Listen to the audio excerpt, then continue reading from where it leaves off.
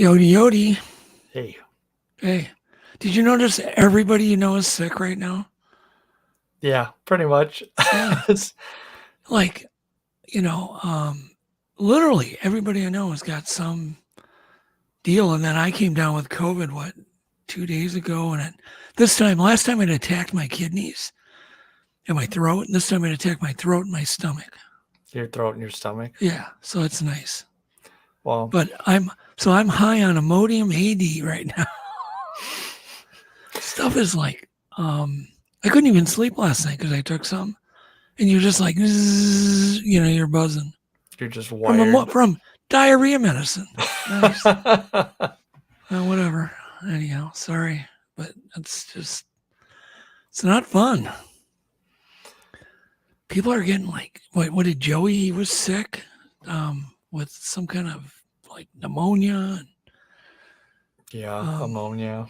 And I don't know. Everybody I know is sick right now. Literally everybody. So anyhow, welcome to Untold Radio. We've got a great guest, John Yost, who is both a filmmaker, an experiencer. And tonight I was reading his bio, and he used to work for the FBI. Oh, really? Yeah, it's kind of cool. Interesting. Yeah, I don't know. Well, we'll get more into that. But he is an experiencer, and he has produced a movie called Alien Abduction. And it's starring him and Whitley Strieber, and there's a lot of people in it. But it is a really cool film. It really is. It's very high quality. So we're going to show trailers and bring him on. And then we have, I think we have an eyewitness. We do. Tonight. Yep. He's going to tell a really cool encounter. And so that's kind of what we're going to do. And we definitely want people to subscribe. If you're listening, please subscribe. Please. We're producing 7 or 8 podcasts right now. I'm not talking about us, but I mean other people in our network. Yeah. And they're all free, but we really need you to subscribe to Untold Radio Network. So we have to grow or we will not survive. So anyhow, what else we got here? Blah, blah, blah, blah. I went through I had to talk about the COVID in case I keel over and go. I actually feel pretty energized. I took a really super hot shower. Yeah, that always feels good. It does, because I had the chills. I've got a little low-grade fever. I took some Tylenol, some more Imodium AD. Don't ever take that stuff. Oh my God. And then try to go to sleep. So what do we got here? I can't think. My brain is slow. Oh, so, John Yost in this documentary is about aliens. I was thinking about, I don't know why I was thinking about donkeys today. Isn't that weird? I was thinking about not only donkeys, but how they're really amazing guards. They'll like guard you. Like you could put a donkey, if you're getting abducted, you could put a donkey in the corner of your bedroom and they would literally guard you all night. They're very, it's just kind of a natural instinct. To guard against predators. They'll sit and stare at you all night. They'll never take their eyes off you. I bet you didn't know that about donkeys. No, I didn't know that they would guard you. They'll just stare at you just to protect you. Yeah. Like, I think I sent you an example of, like, let's say they're with a bunch of cows and one of the cows is giving birth. They will sit there and just stare at the cow giving birth and protect them. Should I put it up? And they'll stomp the hell out of any predator. Yeah, so there's an example. You see that donkey? It's just sitting there, and that's the mode they get into. That's the protection mode. So don't ever approach a donkey like I did once in Mexico when they're in that guard mode. They will stomp your butt. They will kick your butt. Oh, they'll bite, kick, attack. And they can be quite formidable. That's video. It won't move. But if you're getting a shadow people in your room, just put a donkey in there. They'll stomp the shadow to death. Oh yeah. Crazy. That's what Mike Rexecker needs as the donkey. No, it wasn't Mike, was it? That had shadow people. Yeah, we had him on. He talked about shadow What? people. But oh yeah, that's right. That Remember was his. Tom Yeah, Cruise? yeah. But I couldn't remember what his, people's specialty, whatever. Yeah, yeah. I don't know what you call it. What do you call that? If somebody's into something, is that their specialty? I would call it that. That sounds like a good way of putting it in. Expertise So if you have a donkey in your bedroom to protect you at from night, guard shadow donkey. people. So you're a donkey expert then, I guess. That's So your expertise. Do you think a donkey could protect you from a crawler or a Hell rake? yeah. Oh yeah, they'd stomp anything. They'd stomp an alien, crawler, then whatever. They'd bite it and stomp it to death. Yeah, well, look at that thing. It's like a statue. It's not even moving. But there's a funny story. Actually, there was a donkey in protection mode, and I was filming a thing, and I knew that. And so I had said, no, just keep backing up. And he backed up right to the female that donkey was protecting. And of course, he walked right up behind. That was Ron, and bit him right in the butt, man. Just chomped him, and I filmed it. Oh, God, I got to find that film someday. It's pretty good. Anyhow, that was a pretty mean joke. What else? Oh, yeah, speaking of revenge, I was reading a story today about Michelangelo and some really amazing revenge that he got on this guy that was criticizing one of his paintings. You're looking for you already don't look. I'm not looking. I promise. I'm not. No, I'm just helping responding to the comments. Oh, okay. Don't do that. They're gonna have to wait. Anyhow, so Michelangelo would show a proof before he painted the Sistine Chapel. So he had to show proof to the Vatican of these paintings. And of course, as you know, if you've seen the paintings, it's a lot of nudity. It's just tons of it. You know what I mean? It's kind of weird, actually. I still wonder what he was thinking when he painted. They're beautiful paintings, but they're weird. You think he was messing with them? Well, no, this guy, he shows somebody in the Council of Vatican. This is back in the 1500s, right? Shows him this painting. And the guy's like, oh, man, these paintings are all naked people. And you should really, they belong in like a tavern or a bathhouse. They don't belong in a church, and into a chapel. So anyhow, Michelangelo got a little angry about that, criticizing his plans for this chapel. And so he ends up painting the guy into one of the paintings. Oh, no. And he wraps a snake around the guy and then has the snake biting his junk. So, I mean, people don't think about Michelangelo having a sense of humor. He definitely did. And I think I sent you that painting. I don't even know if it'll show up. Yeah. Do you have it? I know you had no idea why I'm sending you. Okay, so right in the corner, on the right corner, is the guy that was criticizing and said his paintings belong in a tavern. Oh my gosh. You see that in the corner with the snake? And then it's biting his junk, yeah. So that was the guy that was criticizing. The guy. That is So you got him really accurate. That's the guy. So forever throughout history. And God knows how long it took. If the guy ever even noticed, it was him. Well, but Michelangelo knew it was there. You can't see that part of him. No. He's covered up. But look at the paintings. They are weird. Yeah. They really are. I don't get it. I just, what if people just were naked every day back in the old days? I don't know. I don't think so. It's too cold. Why would anybody be naked? But anyhow, so it's really funny too. And if you want to go see this painting in person, I swear to God, I'm not lying. You have to go to VaticanTickets.com. VaticanTickets.com. I swear to God. Oh, I should. Yeah. I'm swearing to God. You go to VaticanTickets.com to go into the, the Sistine Chapel. Do they charge you a convenience fee? I don't know. I swear it's a real website, and that's where you get tickets to get a tour of the Vatican and, the chapel and, all the museums. But you got to go to like a ticket site. It's kind of weird. How big is this thing? What? This painting? Well, it's the. Haven't you ever seen the Yeah. 16 Yeah. chapel? It's amazing. It's like the whole wall and ceilings, and this is just a small section of it. Well, that's what I was saying though. Like this section, I wonder. Oh, how I'm many sure the feet guy up. I'm sure the naked guy that he was mad at, I'm sure that's probably a 2 foot high, just at his part. But Yeah. there's so much to look at. Mm. You know, everything's just a blend of naked people. You know, it's interesting. I mean, it's just interesting. I don't know. I don't know what he was thinking. Maybe he just wanted to practice his anatomy. Selfishly. I don't know. I don't know. It's just kind of weird. But anyhow, if you want to go look at it in person, go to Vatican.com, the VaticanTickets.com.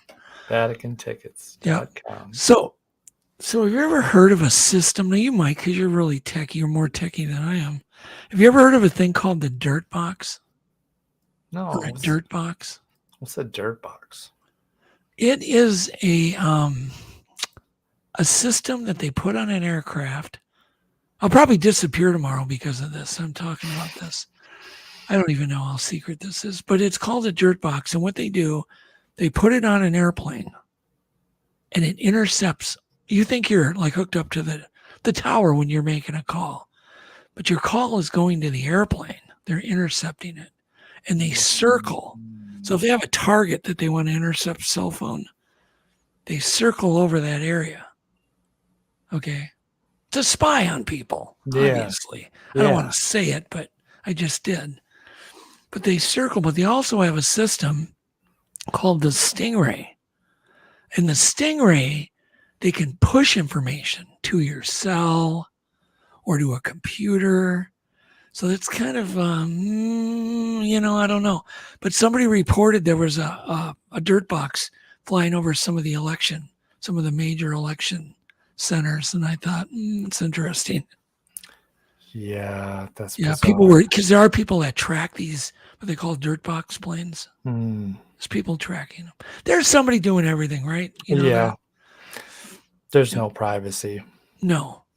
But they'll circle and circle and circle. And so any cell phones underneath, within a vicinity are going up, not to the tower, but to the plane.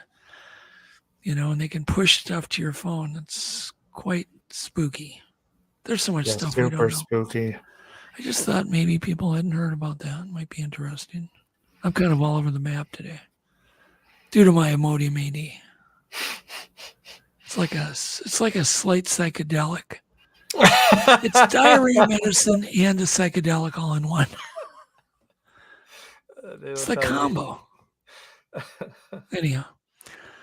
And last night, right? I did I was sick too. I did that college lecture live that you helped me out with the tech stuff, which was good. It turned out smooth as silk. Thank you so much. It was just super smooth. We had not one technical issue. But I was talking about trout. Remember in the clear water, the 6-foot trout or bigger that I saw in this crystal clear water in the Arctic. And the lighting is never really good where you can really like film down to the bottom. So it's hard to show people how clear the water is. But there was a place up in Upper Michigan that I ran into. And I thought, well, this represents what the water looks like when you're actually up in the Arctic. On a lake, not in the ocean, but on a lake. And I sent you a video.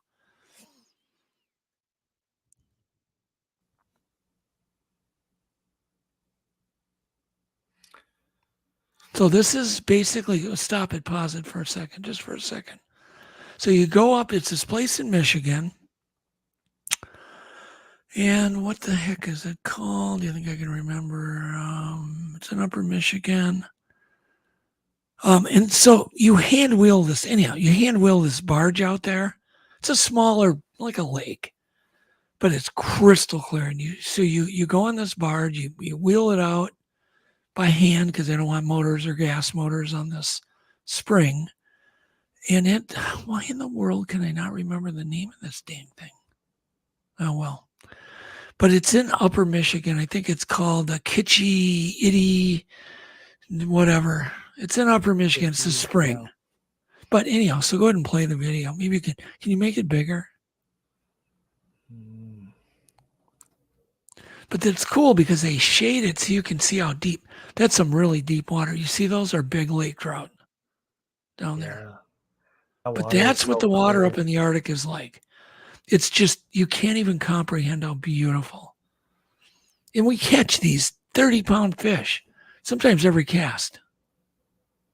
Yeah, so it's just cool as heck. Anyhow, there's not many places with clear water anymore, like this. There's Weeki Wachee Springs in Florida. There's Hermosa Springs in Florida where the water's like this. And it's actually quite amazing to get on some of these spring-fed rivers.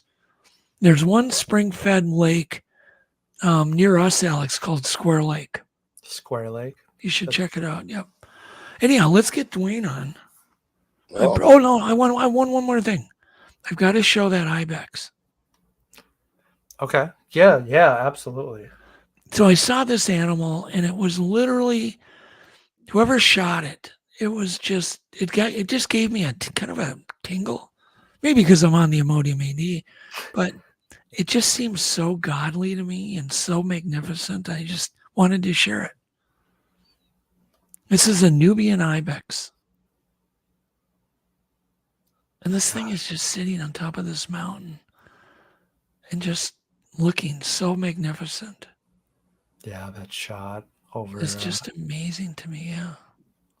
on the mountains like that. Yeah. What a magnificent animal. And it just literally, I don't know, for some reason, it just struck a chord. Gave me chills, this beautiful animal. So anyhow. All right, enough said. Let's get Dwayne on. For real now. To tell his encounter. So this is Dwayne Zatsky. I'm not sure I'm pronouncing your last name right, Dwayne. Yeah, it's pretty close. Yeah, okay. So you told me this story, and it's so amazing. And this is an encounter that happened quite a while ago, correct? Yes, 1977. Wow. Go ahead. You got the floor, man. All right. I'll give you the best, quickest. And by the way, that donkey thing, I think the word you were looking for was fetish. No. It's a guard donkey. No, anyway. I know what you're thinking, Dwayne. Nasty. I know. Naughty. I know it's a family show. Here we go. Naughty. Anyway, it's hard to know where to start. I'll start kind of at the beginning. What year was it? Let's start there. 1977. Wow. Summer of 77.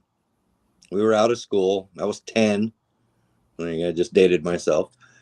I had a friend of mine that lived out in Roy, Washington. And they had like a piece of land out there. Their mom rented a house. They had a couple horses, whatnot. And my mom would go out occasionally and babysit, and this was one of those days. We got there a little early. And let's see, it's kind of to describe the scene. Roy, Washington is kind of a really podunk town. It still is. Everybody has like a 5-10 mile driveway. It's just really in the middle of, I hate to say nowhere because it is somewhere, but just it's deep in there. It's probably the deepest in the woods I've ever been up to that point. Mm-hmm. So we go out there, and the parents, they were having a night.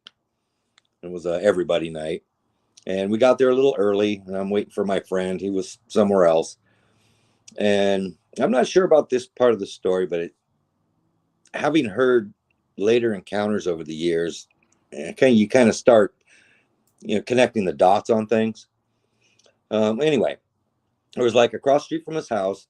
It's like this pond with a giant boulder on one end that you could sit on and, throw rocks in the pond. And then the other side of the pond was just thick, thicket, just thick brush. You couldn't see 3-4 feet into it. So I'm out there playing around in the pond, looking for pollywogs, whatever. And these little garter snakes swam up to me, and I caught it, and I'm like, well, this is kind of cool. And I throw it back, and then another one, and then another one. And they just kept coming like crazy. And it was kind of the weirdest thing. And so, being the kid, I ran to the house and told my mom, hey, I need a coffee can or something, So she gets me a coffee can, old Folgers can, and pokes a bunch of holes in the lid. And out I went, and here they come. They just kept coming. And I'm hearing noise out in the bush, you know, in the brush out there. And I'm not thinking much of it. I'm just having fun with snakes now. I fill up this can in short order. I got a can full of snakes. I'm like, this is kind of cool. And then at some point, my buddy shows up, and he's like, hey, what's up? You know, we greet and all that. And he's like, what are you doing? I said, well, man, catching all these water snakes. I didn't know what to call them then. So I got all these water snakes out of the pond. And he says, well, there's no water snakes. And I said, well, I got them out of the water, whatever. But look, I got a whole coffee can full of them. I must have had 30 of them in there. And, you know, us kids being kids, we threw them out in the road, you know, out in the gravel road. And that was it. You know, I didn't think much of it. And then the folks were in, and it was getting night. It was starting to get nighttime, getting dusk. And they're playing cards. They're playing gin rummy. I remember that. And of course, us kids, we had to go out back and play. So we went out back, and this house had, I don't know, I'd probably say a couple of acres out back, at least an acre or so. And they had a couple of horses. Just trying to set the stage here. And then off the back porch, you know, is probably a 20 by 10 porch off the back of the house, a couple of big floodlights. And then at the far end of the property, I'm not sure what to call it. I don't know horses and all that stuff, but I call it like a feeding station. It was kind of like a feeding trough, little lean-to kind of thing. They threw the hay in, and that's kind of where just the horses hung out and whatnot. Well, anyway, we're doing our kid thing, and, you know, stick fighting. We rode the horses earlier in the day, all that stuff. And we're just out there playing, just, you know, keeping ourselves busy, like I guess we used to do. And I just remember, as we're doing this, out of the corner of my eye, I see just, you know, what I thought were like glowing lights or just something. I didn't pay much mind to it. It was just off to my left. And we're still playing, and I just keeps catching my attention. These two, you know, red amber lights, or, you know, dots. I don't know how to explain. Eye shine is what I finally land on. And so I stop, and I start walking towards it. I'm mesmerized by this. And there's, you know, off the side of his house was some barbed wire fence, of course, to keep the horses in. And just outside of that was a creek. And just for geographic reasons, Mud Creek would be it. And this would be Muck Creek, and Muck Lake is the area we were in. It was dead end road. But anyway, I just gravitated towards this, you know, and finally got up to the fence. And this was probably, you know, 50 feet, 75 feet tops. I'm not 100% sure. But I finally focus in on these two eyes, and this thing starts to sway back and forth, just ever so slightly. And I could see I landed on eye shine, would just get bright and then dim, bright and dim. And I assume from the, you know, the floodlights off the patio. And I'm just mesmerized by this, you know, and I'm staring at it. And then I just hear this, more of a feel than a hear, just this low guttural, just, you know, hard. I can't do it, but just like a hum or a growl, but, you know, not like a lion or anything like that. Kind of like an elephant that was a mile away or something, but you could feel it. And I'm just fixated on this for a few minutes. And then the closer I got to the fence, and it starts swaying more and more. And I'm like, wow, this is pretty cool. And my buddy, he's so you can see this thing, Dwayne. So hold on just a second. So you Sure. can actually see this thing swaying back and forth. Oh yeah, I'm staring right at it, eye to eye. And how many yards away are you, do you think? I'm thinking about 50 feet, 75 feet tops. Jeez, yeah, it's pretty You know, close. Okay, yeah, keep going. it was really close. My buddy, I think he had some ADD or something. He's out just running around being crazy. And he finally runs up to me and says, what are you doing? And I said, well, you know, and I point, and I'm like, well, what's that? You know, like I said, again, it's kind of my first foray really out in the kind of woods at the time. He goes, I don't know. And so I'm asking, was that a cow and a horse? What is that? I don't know. And he said, I don't know. And so, and then now he's fixated on it. And so we're both just staring at this thing, which, I couldn't gauge the time, but, it seemed like forever. And at a certain point, I'll describe that it's, there's this barbed wire fence, there's the creek, and then the creek bank went up maybe 10 feet or so. So it was kind of like higher than we were at. And there was this tree there that it was standing next to. And I can't get this image out of my head. And there was like a big branch just hanging off and, sloping down to the left, like it had been broke at some point, but was still living, and it was just under that and doing that sway. And we're hearing it, he's hearing it. And now we're just fixated on it.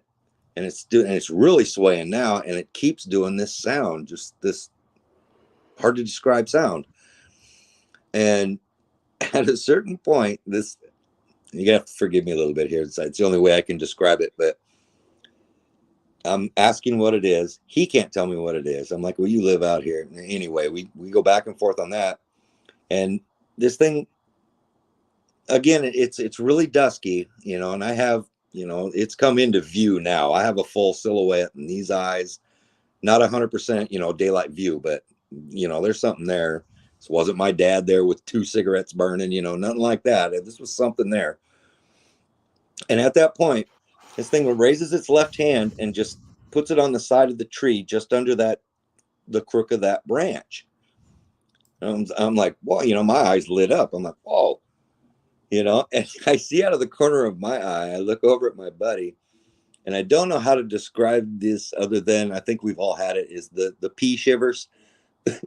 Just he just I don't know how to describe that. He shivered, and all you heard was the cartoon footsteps running. He was out. He was done. He's headed for the house. He's done. I stare at it for a few more minutes, and it does this growl once again. And I look over. He's gone. His fear jumped into me, and I says, well, if he's running, I'm running. So I'm out. So I catch up with him at the door, and then it's the whole Three Stooges trying to get in the back door. I don't know why I'm scared. I wasn't scared until he got scared. So we're battling to get in this back door. It's like, screw this, we're out. So we go in the house, we grab the parents, and we're like, hey, there's something out here you guys need to come and see. Well, they're all sitting around playing gin rummy. I guess gin would probably be the key word there. And they're just not having it. They're having their adult night, and we're supposed to be out playing, just it's the way it was. It's the way it is. And so we're feeling a little dejected, and it's like, well, his older sister was there. So we run down the hallway to her room. She's a teenager at this point, like 18. We beat on the door, and it was like, get out of here. She ain't having nothing. She ain't even answering the door. So we run back to the parents, and we're like, hey, really, there's something out here. We tried everything, and they're just not having it. They just shut us down and just said, go back out and play. We both look at each other, and it's like, go play with the nice Bigfoot in the backyard. Right? Yeah. And so we're real reluctant, and we're kind of looking, we're standing in the kitchen, we're kind of looking at each other like, man, I kind of really don't want to go out there now. I wasn't scared at first. Nothing about this scared me until he got scared, because if he didn't know what it was and he lives there, well, I'm scared. So, and kind of I might ping pong around here a little bit. My apologies on this, but my buddy's mom was renting this place because the previous owners had built the house. It was a very older couple, and the husband was in the hospital. He was doing a long-term hospital stay, and that's why she was kind of renting the house and watching the house. It was a really good deal for him, and this and that. And so it might come into play later, but well, we only have about a minute left, Dwayne. Okay, well, real quick, we do end up going back outside, and when we go out there, both the horses are up on the porch and up against the house. Oh man. Yeah, and this is a no-no for the horses. They're not supposed to be there. They kind of so they're freaked out. Yeah, and so my buddy, he screams through the screen door. He says, "Mom, the horses are up on the porch." And she goes, well, tell him to shoo, get him out of there. He looks at him and he says, go. Horses ain't moving. If this thing by now is gone. If that would have been a donkey, they wouldn't have come on the porch. Right. So yeah, I mean, that's kind of the short version of that. And again, with the snakes, that was really odd for me. And and trust me, I went to school and told anybody and everybody about this. Spock told me there's a Bigfoot out there, and I'm like, well, I seen it. Here it is. This is great. Yeah. And then you guys know how it goes. That over the years, you soon find out that you're crazy and you didn't see anything, even though they weren't there to see what you seen. And so I spent 20 some years shutting it down and trying to convince myself it didn't happen. Yeah. But that little gift pile in my head just would never go away, never go away. And then, flash forward, MonsterQuest, shows like yours, it kind of became more mainstream, more to the forefront, and we'll say more acceptable. And so I'm old enough now that, you know what, man, this happened. And here we are in this, and it all led up to right here, me talking to you right now. I mean, I'm not trying to convince anybody. I'm not out to make believers out of anybody. It's a blessing and a curse, but you don't know until it happens to you. I'm just. Yeah. Yep. So true. So true. Well, we're going to get you back, Dwayne, and we'll go through we'll talk about Bigfoot, because you've obviously been researching the topic forever since your sighting. So, yeah. Yeah, I think so we'll get you back. Some of this stuff. We do little cartoons and stuff like that. I mean, I've gone full force into it now. I just embraced it at this point. So it's all you can do. Well, thank you so much, Dwayne, for coming on and giving us your encounter. And we will talk soon. Oh, it's been an honor. Thank you, Alex. Thank you, Doug. Thank you, Dwayne. Love the show, man. Keep it rolling. Can't wait for the next guest that's coming up. Great. Thanks, Dwayne. Thank you. Yep. Bye. So, do we have our main guest? Yes, we do. Mr. John Yost. Do you have his bio? Do you want me to read it? Yeah, if you want to read it, that'd be great. I will, because he's got kind of a cool bio. Not everybody does, but John does. So it says John's prestigious career began under the jurisprudence of the U.S. Treasury Department. During that process, he obtained his U.S. Customs broker's license and occasionally was a paid consultant to the FBI in international trade matters. After 10 successful years, the work lost its appeal. He left the position and sought another opportunity and childhood dream, and that would challenge him, and that's film. So he got into film. Within 4 years, John had successfully earned invitation into every national arts organization, SAG, that's the Screen Actors Guild, AGM, American Guild of Musical Artists, and John eventually joined the team of Rhino Productions and began the foundation work that would eventually become Rhino Pictures. In addition to the hundreds of projects that he's already written and directed, he has also produced several films and, of course, Alien Abduction, Answers, is the Watershed Project, where he finally was able to tell the true story of what happened to him. So it's kind of an interesting story. It's personalized. So let's bring John on. Hey, John. Evening, gentlemen. There he is. Man, you're looking good over there. That's what I told them. There's certain people that just belong on the screen, and you're one of them. Well, thank you very much, sir. You're welcome. I appreciate it. You're welcome.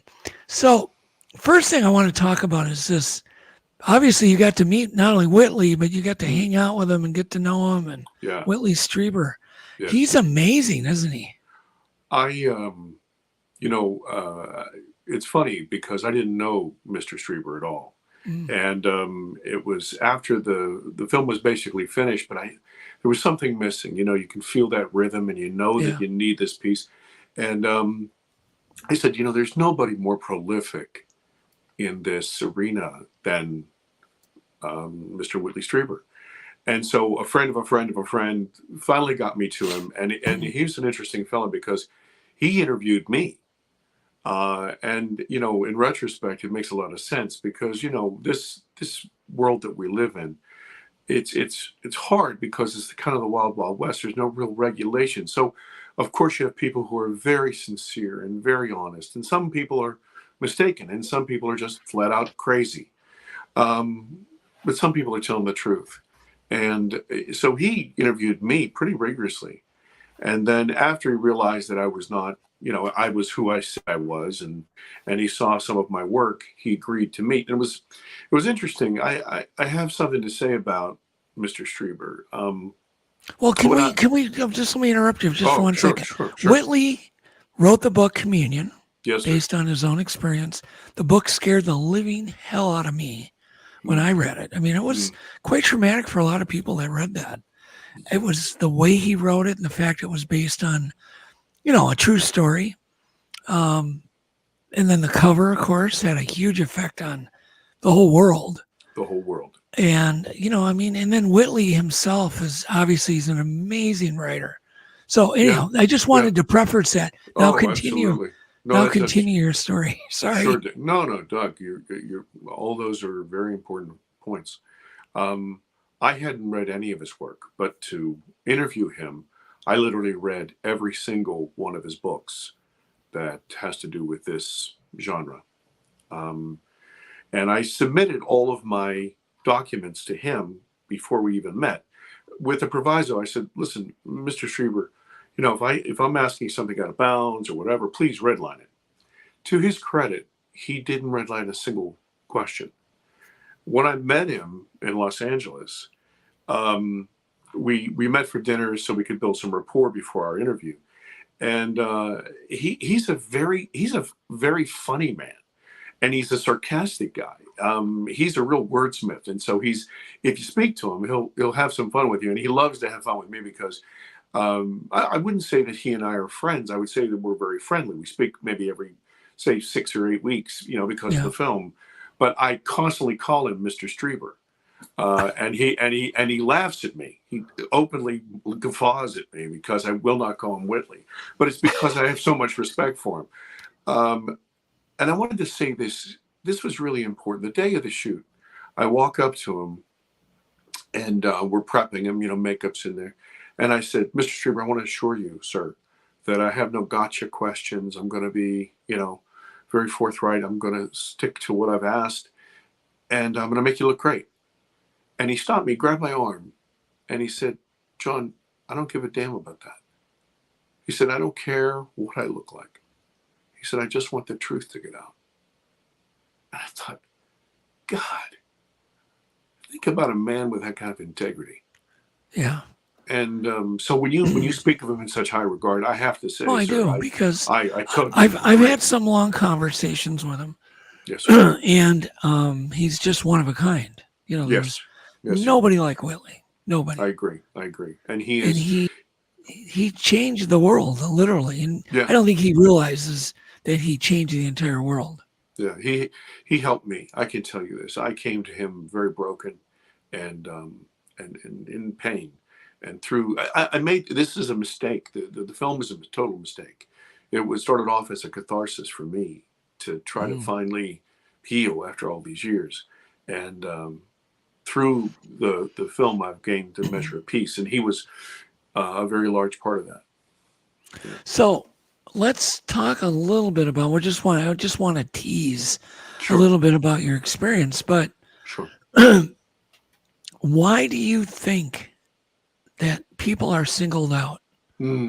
That's such a burning question.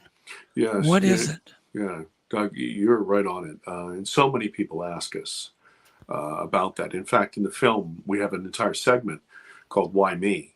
Yeah. And I have to say this to you: I don't know. I'm nobody special. I'm an absolute nobody. I'm a regular guy from a regular town, and I'm just nobody. And most of the people that are in my film, if you watch them, you know, they have kind of a stigma about people who have had this phenomena happen to them. They think they're crazy, or they're, you know, wearing tinfoil hats.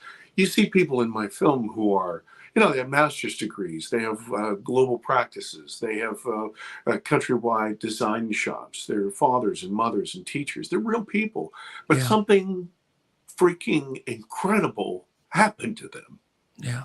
and changed them forever. And so they suffer, and they usually suffer in silence. And even though I've come a far way, as you can see, I still get a little upset sometimes when we touch on these matters, because it is a visceral thing. It is it's something. The reason that people have a hard time with this is because of our egos. We as a species, the human species, we're the top of the food chain, right? We've conquered this planet. We're in charge of everything. There can be nothing above us, right? This is why we have a hard time with life elsewhere, because we are the pinnacle of all creation, you see. And when you live that life, just like we all do, we all woke up, we looked at our phones, we went from our air-conditioned home to our air-conditioned car, and we texted and whatever, and then we got Yeah. our latte. You don't realize that you're in control of absolutely nothing. And when something so incredible happens to you, it changes everything about you. And this is what happened to me and to everybody else. And I have to tell you, through my research, we talk about hundreds of thousands of people. I'm circling back to the answer. Hundreds of thousands of people. It is my opinion now that literally millions of people across the Didn't they? globe. Yeah, they did a survey one time when they had a Yes, sir. number of. Was that the Roper survey? Yes, sir. Yes, sir. And they sent all these questions, and they were questions that would, I guess, be triggers that somebody was being abducted. Yes, And they estimated, yeah, based on the survey, that there were millions. millions. Yeah, it's really quite profound. There's a gentleman named Ray Hernandez. I don't know if you're familiar with I do him. know. I do Yeah. know who Ray is. Yep. Ray's a great guy. And one of the things he says in some of his talks is this. He said, you know, he said he bumps into a lot of people who say, really? And they give him the whole skeptic thing. And he said, listen, if you pulled 100 people and you put them in a room and you said, listen, if you examine your life, is there a single thing that you can't explain? Something that was, quote unquote, other? He said, invariably, you're going to find out the majority of those people run into something that they can't identify. And he said, this is what we're talking about. You know, everybody's looking for, okay, a silver disc. This pervades that. There are many Right. other types of phenomena. Can you tell the story of what happened to Ray and his dog? Do you remember that story? I do remember. That's what got him like Yeah. so into this, because of something him and I believe in his wife both witnessed. Yes, sir. Yes, sir. And I hope I do Ray justice. He's a glorious guy. I'm going to get him on, but go ahead. Just tell Yeah. that story briefly. Sure. Ray was married to a lady from Mexico. I think she was Mexican, and born and raised. And she was very, very Catholic. And they had this little puppy that was very sick. Yeah. And they thought it was going to die. And she was praying and praying, praying to her angels and to Jesus to heal her puppy. Well, Ray was pretty much a pragmatist and, you know, kind of a hard-nosed, three-dimensional kind of guy, and Yeah. poo-pooed it all. And he came down to say, why aren't you in bed and whatever? And in the room, there was this bright flash of light, and he saw, to his eyes, what seemed to be a small UFO, some sort of disc in his living room. Yeah. Well, he moves to it, like, approach it, and he gets shocked and literally thrown back onto the couch. And as he's losing consciousness, he sees his wife and the dog disappear. Well, following that day, when he finally comes to, his wife kind of reappears, and the puppy does, and the puppy is completely healed, running around literally like a puppy. And he couldn't believe it and didn't understand it, and he was confused. And she kept saying, her angels came and they did this. Her angels came and did this. And at one point, he listened to what she said, and she said basically that she could call them down. She could request that they would come. And so he tried. kind of half believing it, kind of half wanting just to shut her up. Yeah. And what happened to him shocked him to the core, and then changed his entire trajectory. It and did, then, yeah. you know, and then he has a very detailed story after that about what had happened. And Oh yeah, and he's gone on to network with all sorts of people. a very smart guy, and only Yeah. deals with PhDs. That's why he Yeah. leaves me out. I got to get Ray on. If you maybe you can hook us up one of these days. Oh, sure. I'll get send you his Ray on. contact information. He's a great guy. But I remember reading his story, and I'll never forget it. It really Yes, was sir. powerful. Yes, sir. And I love it when people do something, when something happens profound in their life, they just don't blow it off. They don't throw it in the gray basket and go, whatever. I have so much respect for you, John, because you had this life experience, but now you're sharing it. You're doing something about it. You're not just, you're teaching. Let's put it that way. You're teaching, sharing and teaching. It's a big deal. I tell you, Doug, you're giving me compliments I just don't deserve, because I'm a coward. I'm a coward. I'm an absolute coward.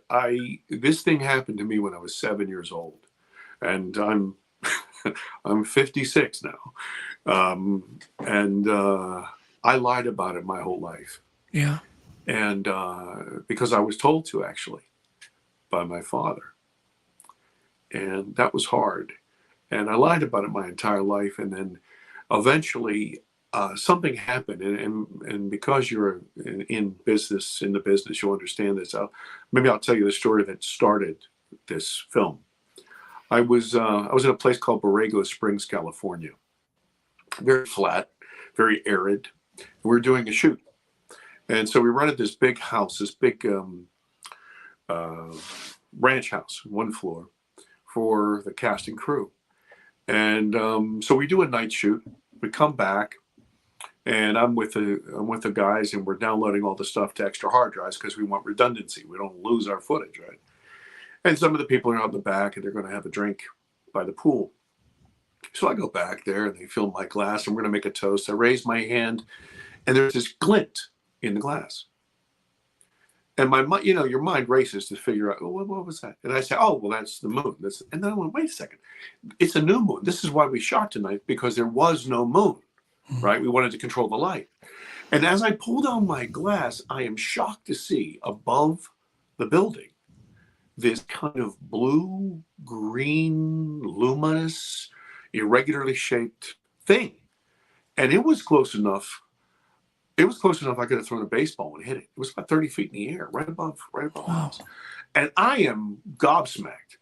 Well, I reached for one of my camera guys, Scott. He was right beside me, and I kind of turned him and I said, hey, man, look. And he looks up and he says, oh, my. And as he does, the people around the pool, we had about 15 or 17 people with us. They turn around. They're looking at this thing. And you could hear people saying, oh, my God, what is that? Is that a UFO? What, And this thing moves so damn fast, like zip, zip, zip, and it stops right above my head. And I don't know how long it was there, a second, an hour, I don't know. But I felt a feeling that I hadn't felt in 45 plus years. And then it zipped away from me about 20 feet away. And then everybody's still talking about it. And then it just drifts off very slowly. We all watched it for about a minute, minute and a half, maybe 2 minutes. And people are kind of buzzing about this, like, what the hell was this and this? And I was dying inside. The feeling, the only thing I can tell you is this. For people who've been on a beach, okay, if you're standing on the beach and the water comes up over your ankles, and as the water slips back, you start to feel the grains of sand pull out from underneath your heel, and you feel like you're falling. Yeah. That's the way it felt. And I hadn't felt that since I was a little boy.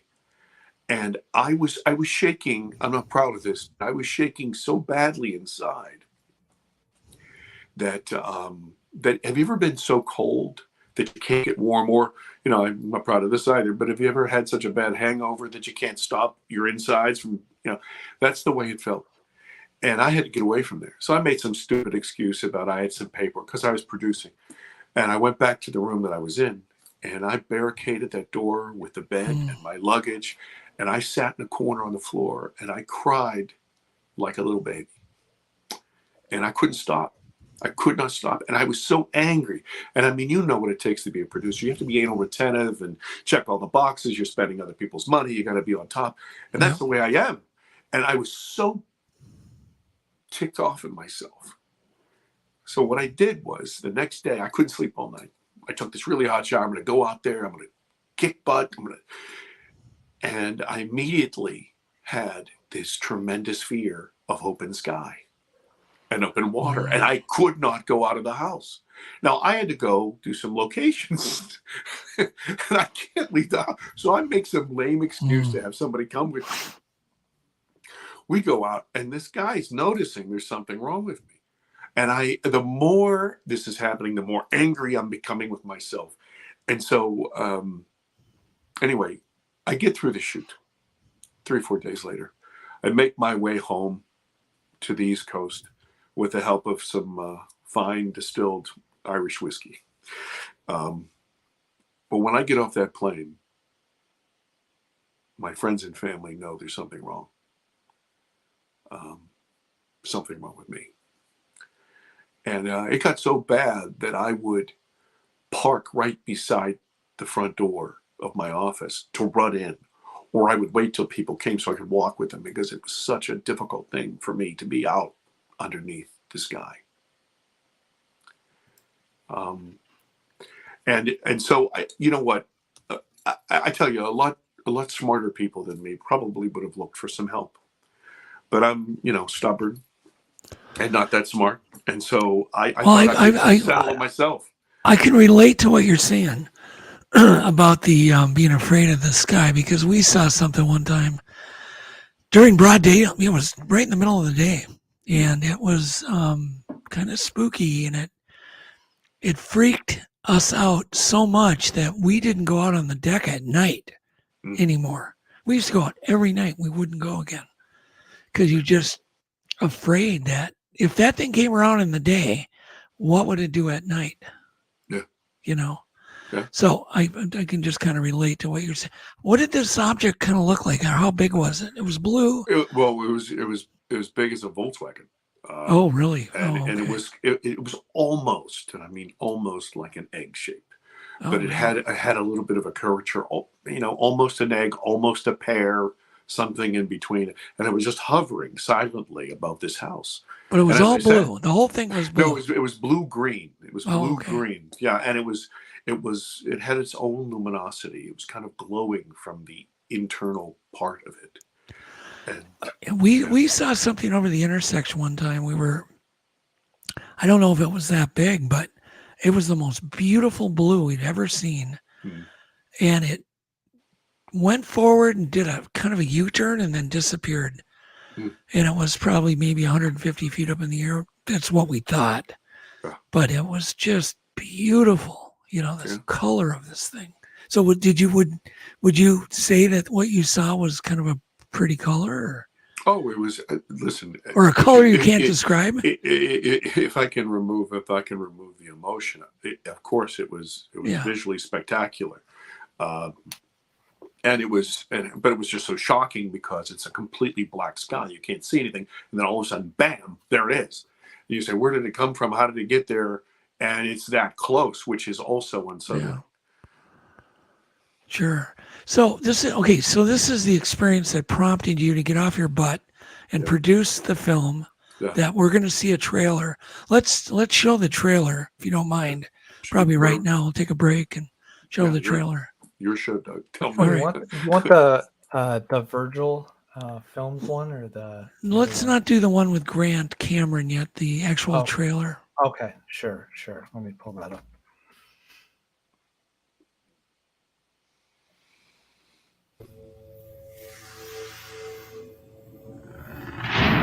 Things began to change in our life.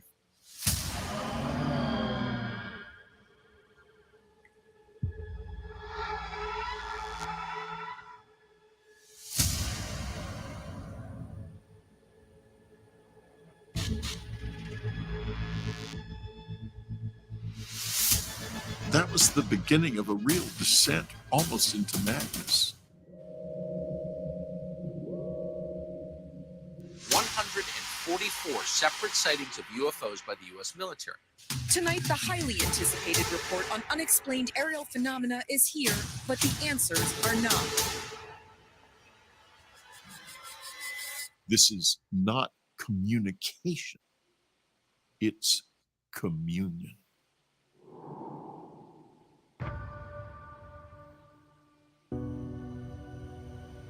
Hundreds of thousands of people have claimed contact. That will change you. It changed me. Lost in between two worlds and two dreams.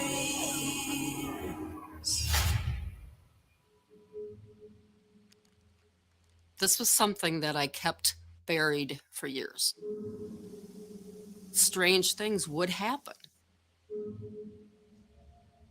I didn't want anything to do with it anymore. He came at me, and I fought for my life.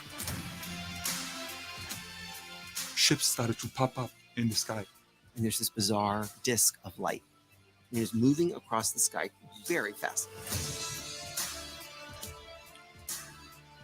The experience is often very terrifying. If I felt fear, I would crawl under my covers, hoping that it would go away, whatever it was. I know that we were put in that craft. I knew I was going to go to another planet. And the being was right next to my face. He saw two shadow beings. That's when I felt like I was going to die. I had a real encounter with something. Even if I had to live with the fear, is to know the truth, is to know.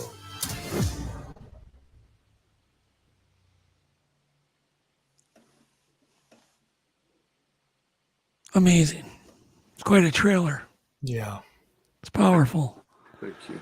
Thank you. So, let's continue. So you see this object, you have this, was it an idea? Like, or just kind of like, I need to do this? No. What happened was, when I finally got back to the East Coast, I was a dysfunctional producer. I could not do my job. And I was having a hard time in my personal life. And this is all because of this event in the desert. And I knew what I had encountered as a boy. It never left my mind. I always had a clear vision of what was going on. But the feeling, the visceral fear, terror, was something I couldn't control. As a little boy, I just didn't understand it. I didn't understand the import of it. It didn't register on me. It felt like I got beat up by a bully. But as a man, it came down on me like a ton of bricks. So when I got back to my offices, like I said, a lot smarter people would have found some sort of help. They would have gone to a psychiatrist or a psychologist. Yeah. But I thought, you know what, damn it, I'm going to do this myself. So I figured, look, I am nobody. I'm a nobody special. So I'm certain there are other people who have had this type of experience. So I sought those people out and I read about them. And then then I found people that would actually talk to me. And that was very therapeutic. And then after that, it started into a situation where they'd let me tape them and I'd offer to give them the tape.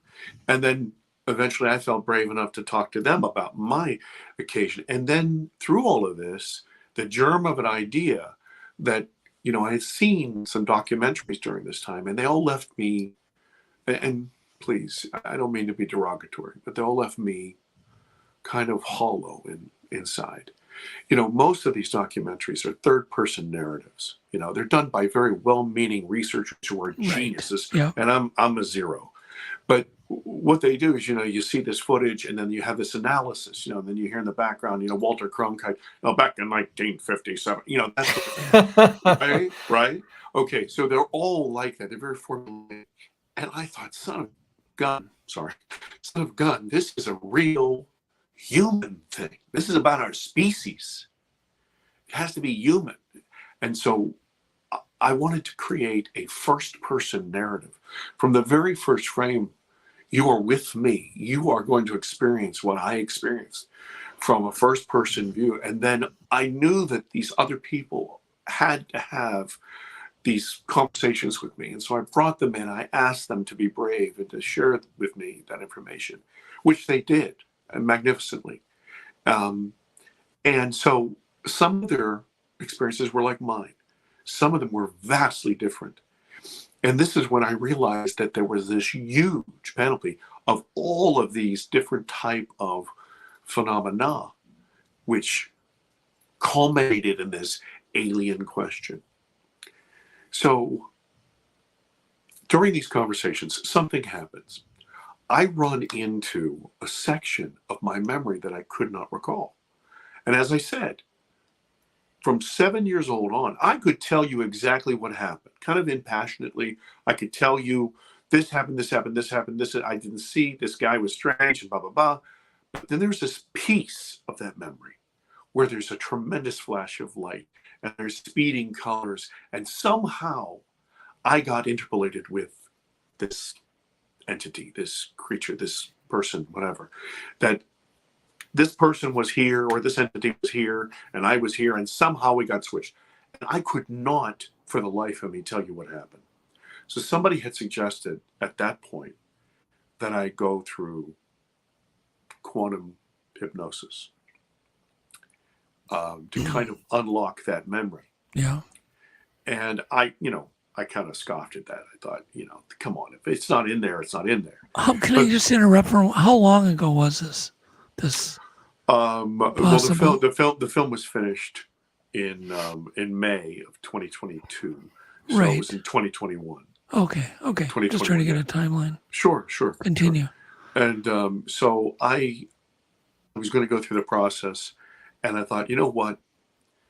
If I'm a liar, I want to know. If I'm a charlatan, I want to know. If this happened to me, my curiosity and need to know, this is what I'm saying, I need to know, outweighed my terror. So I said, listen, I want to record this. And there was a lot of pushback. People don't like to do that. And I said, and they said, the interference with other people. And I mean, you know what a camera crew looks like, right? So we set up these cameras remotely and we evacuated everybody. And they ran. And the actual interview and the regression took about 6.5 hours. Wow. Yeah. And I mean, of course, it's not all the film. The pertinent parts are. And so after I was able to watch, I couldn't watch it for a week or so. And then I could only watch it in bits, because when you see it, you don't see this old guy. You see a kid, a little boy, and he's really struggling. Let me ask you a question. Obviously, the hypnosis worked. Yes, sir. And when you woke up from it, did you have any memories of what you had said under hypnosis? Yes. She put a suggestion in my head that I would remember everything. Oh, and so I do. Because I had asked for that, because look, I had hidden from it all my life. And if I was going to, and I thought to myself, I'm never going to do this again. I'm never, ever going to do this again. So now you're going to pop the tape in and watch yourself under. Yeah. Douglas, scary. It was horrible. It was horrible. And to watch me suffer as a little boy. I mean, I'm a father. You're a father. To see your little kid, then to see you as a little boy, knowing that you had no recourse and nobody to help you, and you were completely alone. It was really painful. Really painful. I can only imagine. So did you watch it all in one fell swoop? No.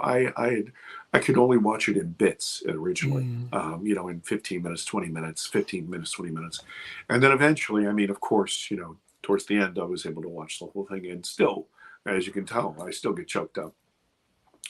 But what happened was, during that, there were a lot of discoveries. There were a lot of answers. And I said, you know what? There are people, I'm not, as I've said, I'm a nobody. I'm not stupid enough to think that I'm special. So I know that if this happened to me, this has happened to other people. And so they're in a lot of trouble because they can't talk to anybody. So this film, like I said to you at the very beginning, it was a catharsis for me. And I was hoping, because it gave me some some measure of peace, that it could give other people a measure of peace. That maybe they could watch me look like an ass. They could see me, you know, be a scaramouche, and I could ask all the stupid questions and make a fool of myself.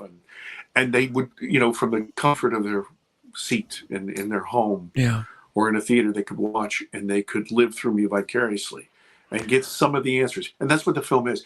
Alien abduction answers. It's not the answer. It's not the answer. I had an argument with somebody a while ago about, oh, you have all the answers. I said, no. These are answers. These are, think of them as landmarks on a voyage, right? You're going along. Some people will be able to relate with something and they'll say, that makes sense. Some people will say, that doesn't make any sense. Oh, but this one does. And it helps them understand what's happened to them and come to terms with it and be able to talk about it. Did it, was there anything in there that shocked you when you watched your own hypnosis? A couple things. Number one, I found out that was not the only time, but I had been taken many times prior. Secondly, in the film, when I am being abducted, I identified, or I saw with my childhood eyes. I'm going to date myself, Doug. You'll probably remember this character. Back in the 60s and 70s, there was a character, Japanese television character called Ultraman. He was a Japanese guy who had died or something, and this alien had taken over his body. And when he fought the bad guys, he became this giant silver guy with these big eyes, and he fought the monsters. And this is why I wasn't afraid of him. When I saw him, he was my size, but it was Ultraman, and that's what my mind picked up, this screen memory. And so I found out specifically that it was not Ultraman who took me at all. And actually, you know, by that point, I had talked to enough people who had talked about, you know, at the atypical gray. These were not grays. These were more like, and we did a very good job in the film of recreating what I saw. It was more kind of like an ant. It had large antennae coming out of the top of its head and also out of its cheeks. And it was very frightening to look at. And it took me. So it's interesting, your description, because, I mean, there's a number of, like, I think some people call them praying mantis type creatures, but if we're being visited by one race, we're probably being visited by many. You know, Doug, that is a really, really good point. There are some very high concepts in this film. And I realize that, you know, people have these prejudices about that sort of thing. You know, they're all grays, or they're all mantis, or they're all reptilians, or whatever. Sure. And so what I try to do is I try to address these things in the form of parables or analogies. And this is the analogy I give. Look, real time, Elon Musk wants to go to Mars, right? So he goes to Mars and he lands his ship, and the first guy out is a guy from Kenya. And the other person who comes out is from Asia. And another person comes out is from Sweden. And another one's from America. Okay, and on and on and on. And so a little Martian guy comes out and he looks at them all and says, well, who's the Earthling? They all are. But through their difference in location and evolution, all this other stuff, they all look different. Now watch this. This is the important nuance. That's from one ship, from one planet, and the diversity is all over the place. Yeah. If you take, for example, our even our Milky Way, with the tens of thousands or billions of stars there, how many different types of life forms are there? There's no way for anybody to own that truth. Well, just look how many life forms are on planet Earth. All the weird creatures. Yeah. And you can only imagine out in space. Certainly. All the types of, you know, intelligent life. And I just, I think about that. I would imagine we're being visited by hundreds, if not thousands, of different races. Why not? Exactly. And you know, a lot of people also try to make this identification. It's part of our ego again. You know, because we're in control of ourselves. This is our mindset. We want to name things. Oh, well, that's a UFO, or that's a spaceship, or this is and I don't like to do that. What I like to say is, you know, there are like 5 buckets of phenomena that are all either conflated or misidentified. And if you allow me, I'll share some things with you. Yeah, please. Okay. You know, 200 years ago, 300 years ago, we were very much involved with nature, right? We were hunters and gatherers, and we farmed and everything else. Today, we all got in our air-conditioned car, went to our air-conditioned office and all this other stuff. We don't have a lot to do with nature. Some people do, but not a lot, not the majority of our population. And from the beginning of time, people talked about lights in the forests, or the hairy men, or the brown dwarfs, or they talked about the fairy people, or the good people, or the leprechauns, or whatever. And there is something about that, some sort of intelligence that the earth itself has, that's been communicating, that's been cohabitating this earth along with us since the beginning of time. And some people identify that with aliens. And they may or may not be true, but that's what they do. Then we also have to say that, look, we know, you were talking about the dirty boxes. We know that there's technology that our governments and governments around the world have never shared with us. So we have to allow for some of the stuff that people have experienced and seen in the skies and all over the way is our tech, not necessarily ours, but I mean human tech. That's the second bucket. Then thirdly, we have real nuts and bolts craft that are visiting our world. And when people have a hard time with that, I always ask them, I say, do you realize that the human species have hundreds, maybe thousands of satellites, mechanical satellites all around our solar system going? And you know what we do? We take pictures, we take measurements, we take all kinds of different tests. And I can guarantee you, if we found an intelligent or a sentient being or animal or some sort of life form, we'd probably come down in black helicopters and tag it, watch its migration, test it, all this other stuff. And the reason that we as a people cannot understand that is because, once again, we're the top of the pyramid. This defies our ego. That can't happen to us. That would never happen. And then I think last of all, there's this bucket, you know, from the beginning of time, women and men have stared at the sky, and these things that we have called angels and demons and gods have somehow penetrated our reality. And they defy our laws of physics, and then they blink out. And there is some of that. And there are people calling that alien as well. And what I'm thinking is that this is not one answer. There are many, many answers. And what we're doing is we're conflating these things back and forth. People have a hard time with other dimensions and things. And I say, look, this is very, very simple. Watch. Alex and I are standing beside a pond, right? One of those crystal clear ponds that you were mentioning, Doug. Yeah. And I stick my ugly face in the pond. Well, this fish swims up and sees my ugly face. Now, I don't look like any fish he's ever seen, right? And I don't move like any fish. This fish can't figure out what I am. Now, eventually, I have to take a breath, so I pop my head out. The nuance here is this. Number one, this fish had no idea that my face was connected to a head, was connected to a neck, to a body, to a whole person that has nothing at all to do with the fish, has its own agenda outside, and just stopped in to take a peek. Right? Meanwhile, for the fish, it is the most important thing that has ever happened to it in his life. And he goes and tells his friends. His friends come over, and the fish go, "There's no proof. You're an idiot and a liar." Right? Yeah, it's I've often caught a fish, even caught one, and they'll look at you, and it's basically an abduction.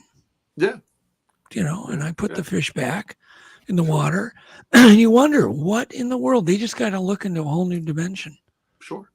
Yeah, it's so a good I think analogy. this is what's happening. There's a lot of that happening, and people are only, you know, I see Alex here. Alex, I'm going to guess you're probably late 20s, early 30s. I'm guessing. Yeah. So I'm going to say something that might get your hair up, but don't. You know, younger people talk about my truth, right? Everybody's talking about my truth and my truth. Now I'm an old guy, so you know. Doug, you'll probably get a kick out of this. You know, back when we were kids, if somebody said, "That's my truth," you'd say, "Well, that's your opinion that nobody else shares." But today, it's like sacrosanct, right? My truth. And I had a real hard time with this because people in this community, in the ufology and the alien community. Everybody has their truth. They own it, man. They put a flag in it, and this is the way it is. And then I realized something. And I realized, once again, you know, when you point your finger, there are 3 pointing back at you. And I realized something that really made me understand this, and I would like to share it with you. You know, you probably heard that old analogy where you take these 3 brilliant scientists and you throw them in a dark room. And you say, hey, what's in there? Somebody says, oh, it's a spear. Somebody says, no, what are you talking about? It's a whip. The other one says, no, it's a boulder. You turn the light, and it's an elephant. Now, the guy or the person who's holding that tusk, right, is saying it's a spear. This person is not lying. There's no subterfuge. There's no duplicity. This person is telling you exactly their reality. As much as their arms can hold, as much as their senses can understand, they, with all their heart, believe it's a spear. And the tail, the same thing. It's a whip. It's a boulder. They're telling you their truth. And they will fight you to the death because that's what they believe with all their heart. But if you understand that we experience reality through filters that aren't perfect. You know, I see you wearing glasses, Doug, so your eyes aren't perfect, right? That's not supernatural that your son doesn't wear glasses, right? It's just that he has better eyes. A hawk has better eyes. No, it's because he got LASIK. Yeah. But what I'm saying is it's a better filter, right? And so there are just filters that we're not using or don't have access to. And this stuff, this phenomenon, all kinds of stuff is happening around us that we can't see. You know, I know in your work, you've used IR cameras and, you know, okay, well, wait a minute. So once again, I'll take Alex with me. We leave the pond and we go up on a hill, right? And we're on this hill and these bad guys are down at the bottom of the hill and it's 2 o'clock in the morning. And we put on our night vision and we can see the bad guys, right? So what I do is I say, oh, I take off my glasses. Boy, I'm glad that's over. They're gone. Well, I'm about to have a very bad night. And Alex is going to have a much more successful evening than me, right? Okay, so I'm just saying that there are filters that we're using, and part of that is our own prejudice. It's our own ego, which prevents us from saying, wait a second, what are all the facts? Let's take a look at this. Let's really analyze this. Is there more data? And that's what I'm trying to do. I am, in the truest sense, you probably have heard people say, well, I'm a seeker. I really am. See, I'm the most stupid person in the room, the absolute stupid guy. And I walk in and I ask 1,000 questions because I don't know anything. Everybody says, oh, do you know this guy? And have you ever heard of this and this thing? No, I'm an idiot. I'm a moron. I don't know anything. Teach me something. Because there's so much information out there. And we as a species have got to take this seriously. It is time to understand. And the only way to understand is by gathering more information. Excuse me. Why is it that some people are so open-minded? Hold on a second. Oh, my throat is sore. I got COVID. Sorry. No, it's fine. I'm bad. Hey, it's not that bad. But why is it that some people are so open-minded, they can accept and they don't have this fear? And you'd mentioned ego. I've always thought it's ego combined with a great fear of, you know, the unknown or losing control. But it seems like everybody I meet is in 2 categories. Complete skeptic. There's no way, and the other people are just like real mellow and open and curious. And I think you're right. What's the deal? I think you're right. It's not 3 categories. It's really 2. Yeah, I think you're absolutely correct. And in my case, and what I have discovered through my research and talking to people, is it's an absolute fear. Have you ever been to the ocean in the middle of the night and you're standing on the shore and you can't see the water and you don't know how deep it is and whatever? That is so big. Yeah. It's frightening because of the power, the majesty of that power. You know, if you've ever been to an air show and you see these jets flying over you, the Blue Angel, they're so big and strong, and we are so pathetically small.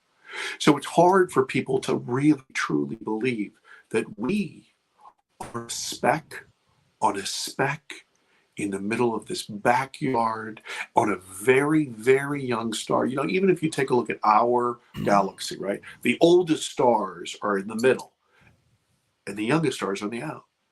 And our star, our Earth, is about 4.5 billion years old. Well, just imagine if something was 8 billion years old, or 1,000 billion years. Yeah. You know what I mean? How much further advanced would we be? I mean, you know, think about it. When we were kids, you know, there were no such things as cell phones. There were, you know, digital radio and all this other stuff, you know, and internet. What's going to happen when we're 90? Oh, I can only, yeah, You know no, what I I know. mean? Our So- civilization, our technology is so young. God, just advance another 100 years. Yes, sir. Just 100 more years, just a couple more generations of people. Do you know that there was a time when the best scientists, astrophysicists said, we will never get to the moon because the payload will always be too heavy. We will not escape the velocity. We won't have escape velocity of the Earth because it'll just be too much. And then technology came around. Now, wait a minute. At the time, if you had, like Jules Verne, if you had suggested that, you were a fantasist or an idiot or a fool, right? And when people say, well, I follow the science. The science is the most technical advice and opinion of the day because it changes. Think about this. You know, a couple hundred years ago, people think, you know, they got sick because of an evil spirit, right?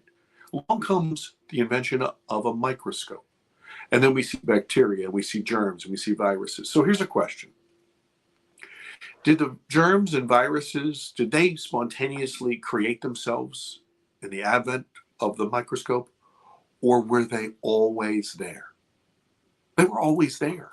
We just finally developed the tech to see them. And that's where we are today. Yeah. You've got some good analogies for explaining and getting people to think.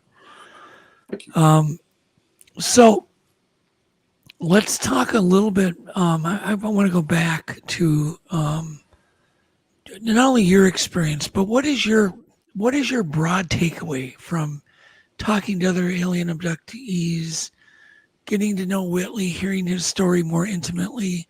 You know, what's the big takeaway? What in the world is going on? If you talk to I'm trying to think, can never think of his name. He does a lot of hypnosis on alien abductees. He's got the white hair and the glasses. Can never think of his name. Bud Hopkins? No, not Bud. God, I can't think of it. It's terrible.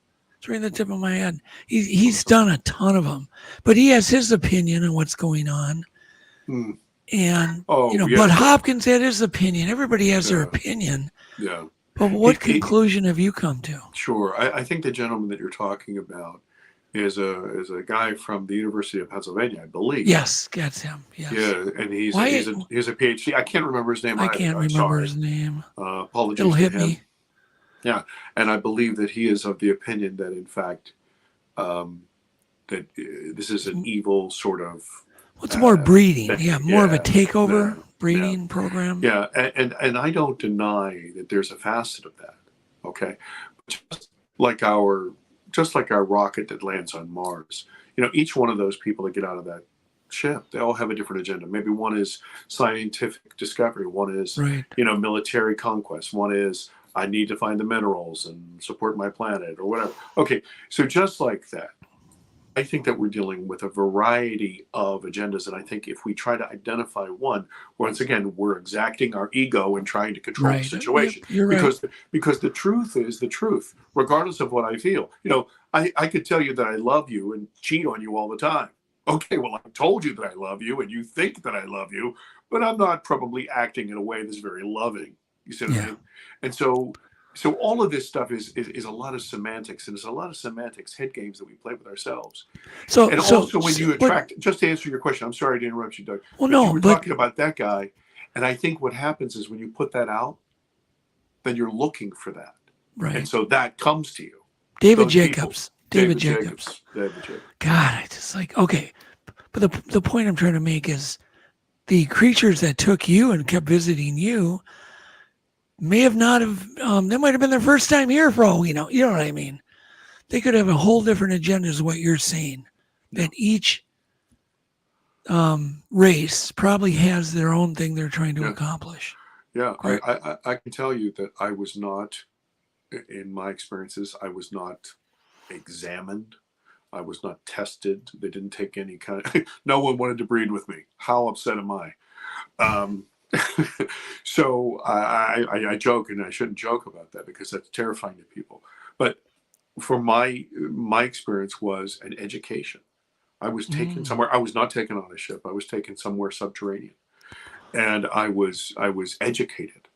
So their purpose was to teach me something for some reason, and I have no idea why. Maybe it's because now I'm telling other people, and maybe that's what the whole reason was. Exactly. You know, but I honestly think that my big takeaway from this entire thing, this phenomenon, is that we are not alone, right? There were many, many years. I mean, we're finding new species all the time at the bottom of the ocean. And they didn't find the mountain gorilla until what was it, 1910 or something like this? Yeah. Okay, look, that's our own planet. They That's our estimate we have own planet. 11. They estimate, John, we have 11 million more species to discover on Earth. I completely believe it. We've discovered 1.8 million and 11 million to go. Yeah. Just here. That's just here. Yeah. So once again, it's our ego and our fear, right? It prevents us. So what I think is this: do we benefit from hiding our heads in the sand, and letting all of this stuff pass by, or do we benefit from doing the courageous thing and pulling our head out of the sand and saying, "Look, this is frightening as hell. Yeah. I feel powerless, but the truth of the matter is, if the car was coming around the corner, would you want to know that it was going to hit you? Or would you want? There are some people who don't want to know. They want to stick their head, they want to stick their head in the sand, and that's the end. But for me, and I think as a species, we have a Y in the road. We can continue to act like we're the only sentient species in the universe, and we're going to be very, very surprised and very, I think, to our detriment. As I said about Alex and I up on the hill, I took off my glasses. Boy, I feel better. Well, good, John, you feel better, but you're about to have a terrible night. I think that's where we are. And putting the glasses on, facing these fears, puts us in a more powerful position. Because here's the thing. And this was what all about my film. My film will answer this question. The theme of this film is this: most people are in ignorance, and that ignorance breeds fear. And I want to take people from that ignorance and fear to some measure of understanding, okay? And in the sequel to this film, what I'm planning to do is take people from that measure of understanding to some sort of integration. Here's another analogy I'll give you. Look, we're going to a meeting or something, and we're in a car, and there's a flash flood, and it washes out the road. Well, that's a pretty frightening thing, because we could be washed away, we could drown, there's all this. Okay, look, that's frightening. But what if we had foreknowledge? It's still frightening, it's still dangerous, right? But you might say to me, hey, listen, we have a canoe and we can get across. Or I have a Hummer and we can drive across. Or, hey, listen, I know an alternate way. If you have the information, you can make choices. You can interact or you can avoid, but you're not hiding. And that's where we are today. We hide as a species.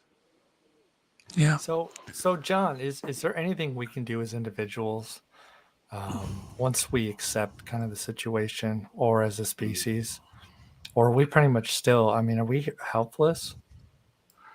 Well, I think we're helpless if we don't recognize. Okay, so like you mentioned, there are two types of people, right? Let me give you a different aspect of that. The three types of people. If you talk to people, you say, hey, listen, this is this and this is this. You have what I call the bankers. They're not bankers, but this is what I mean. They're always looking at their phone. They're always, hey, that's a bunch of crap. And you guys are full of, and you have tinfoil hats and whatever. And it has nothing to do with me. Okay.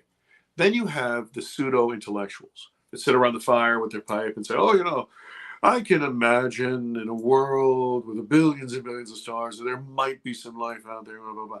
And but they say their resolution to that is, but what does it have to do with me, right? And then you have people like us, right? We have people like us who go, hey, listen, this is a paradigm-changing thing. We ought to know what the heck's coming up over the hill. Okay, now take a look at this. Just recently, our government and governments around the world have said, yeah, there's some photos and there's some films, and yes, we kind of lied about it for years, and no, we really can't explain it, and it defies all the physics, and it's not really ours, and we knew about it. Okay, look what's happened. The paradigm has shifted on its head, and there's a subtlety here and a nuance that is overpowering. When you talk about being helpless, watch this, Alex. Let's take a look at those three people again. The bankers who were doing this, blah, blah, blah, and they're full of crap. And what do you mean? I heard this on CNN or Fox or whatever, and they're doing what? And what are those guys looking at? For the first time in their lives, their collective lives, they look up. Not only do they look up with expectation because somebody else told them it was there. Somebody credible in their mind told them it was there. Not only that, they look up with a sense of duty because now if they see something, they want to report it. It changes them fundamentally. Take a look at the second kind of people with the pipe and, musing and, and what does it have to do with me? Well, they start to muse and they say, wow, that's really interesting. And this and that. Wait a minute, they're using my tax dollars to do what? What are they looking at? And they too go through this paradigm shift where they change their entire argument because now it is a part of them. It does have something to do with them. And then we have the rest of us who say, hey, welcome to the party. Okay? So we as individuals, I think, owe it to ourselves to understand. This is our body. How much do you really know about it? This is our mind. How much do you really know about it? This is our world. How much do you really know about it? As a sentient being on this planet, maybe you should. But what that does is it takes, number one, a paradigm shift. Because if you don't believe in any of that stuff, if you don't think anything has to do with you, then you have no impetus to change. But then after you have the paradigm shift, then you have the will to act. But what will happen is this, a minority of us will change that paradigm. Take a look at this. A minority of us elect our officials. A minority of us control the narrative on the television. And this is why we have alternative news sources now. A minority of us actually had the American Revolution. What do they say? Like 3% of our populace wanted it? I mean, 3%. Think about that. Yeah. Okay. To create the largest, So, I mean, these things happen. And it's that butterfly effect and all that stuff. So I just have to say, Alex, you're doing the right thing. You and your father are doing the right thing. You're talking about this stuff. You're asking questions. If we know all the answers, if I know all the answers, then I can't learn anything, right? I can't be taught because I'm a genius. That's why I'm an idiot. And I know that. And that's where I take it from. I think what we have to do is we have to set aside our egos personally.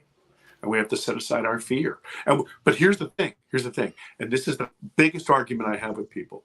You'll have people on the far other side of me who talk about, oh, this is all love, and these are our star brothers, and they want to help us ascend. Okay, look, I'm not saying that's not true.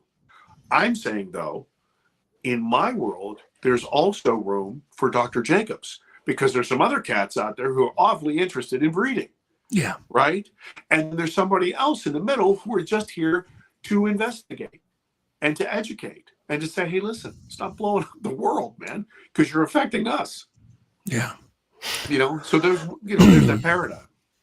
And what was so scary about your encounters? Can you kind of pinpoint where the fear came from? Sure.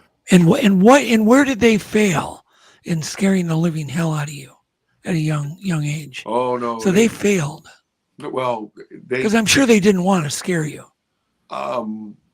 Here's a funny thing. See, what you just said, Doug, was a very human thing. A very human thing.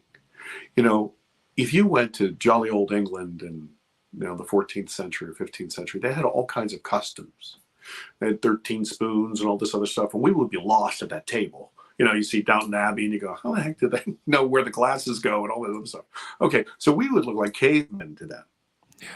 Okay, once again, our ego says, oh, well, they wouldn't want to scare you. I don't think they gave a damn.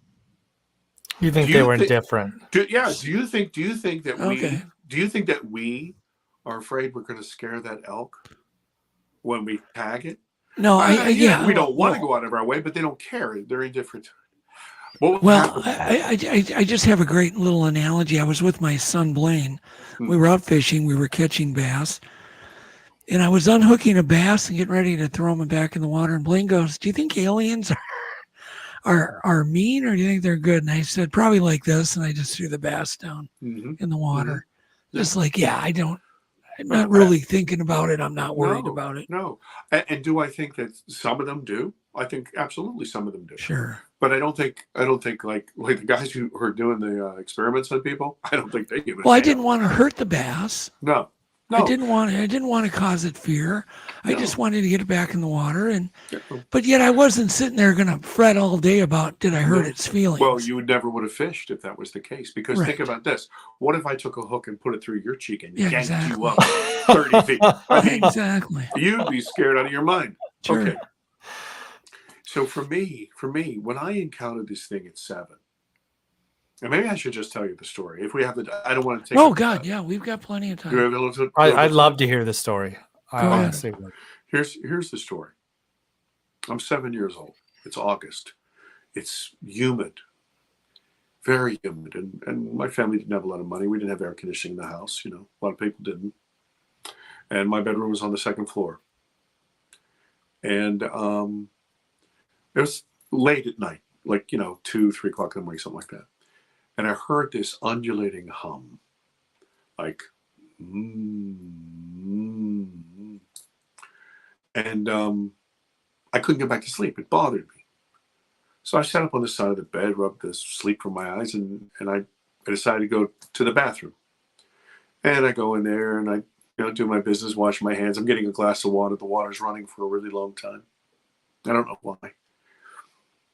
And finally, I turn off the water and I go to the door and I open up the door, and to my 7-year-old eyes, my mind, I saw what to me was Ultraman, this Japanese character. And I wasn't afraid of him because in all the shows, he fought the bad guys and he was a good guy. So I wasn't afraid of him at all.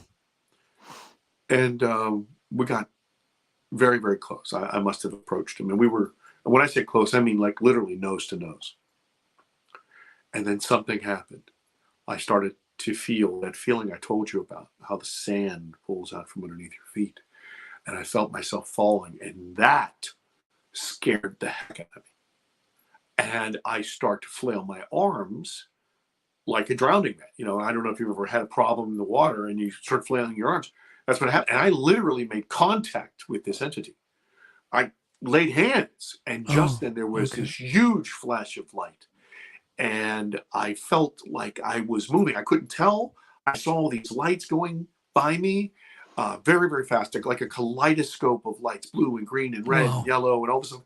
And it was almost like being on a merry-go-round or carousel that was out of control. It was way, way too fast.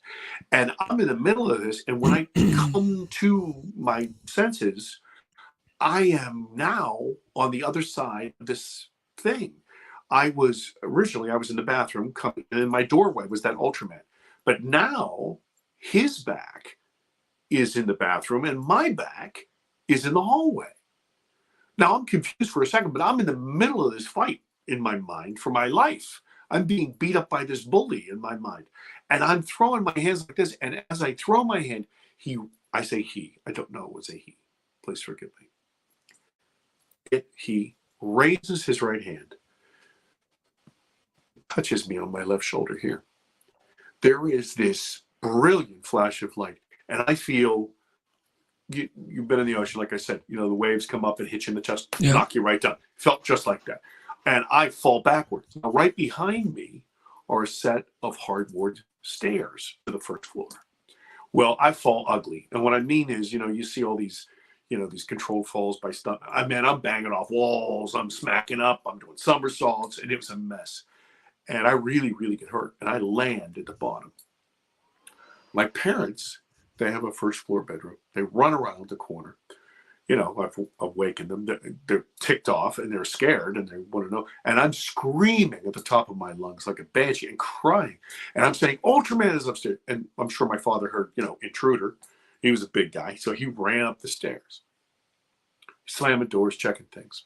My mother is at the bottom of the stairs with me, holding me, trying to console me, calm me down. And my dad, after some time, comes to the top of the stairs and he looks disgusted. He looks upset. He looks ticked off. Because, you know, there's nothing there, right? So they do what parents, they take me up.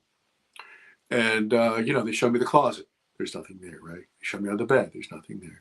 Yeah, typical parent thing. And so, you know, they put me to bed and mom kisses me on the forehead and, man, I zonk out. I think the adrenaline just went through my body and I was exhausted. Now, back in the 70s, Alex, I'm going to tell you something. Old guys like me, we didn't wake up and look at our phones. We woke up, grabbed a waffle, and then ran outside, and we were outside until it got dark. Right? And that's what we did. Parents sent us out, and we played all day. Yeah. So I'm outside playing all day with my friends, and I'm a little sore, and I'm hurt, but everything's fine. And I come in, my mother says it's time for dinner, and I come in, and she says, you are disgusting. Remember I told you it was very humid that August. And so she wants to give me a bath. The little boys don't want to get a bath. And she's struggling with me, takes my t-shirt off. And she's examining all the cuts and the, you know, the bruises.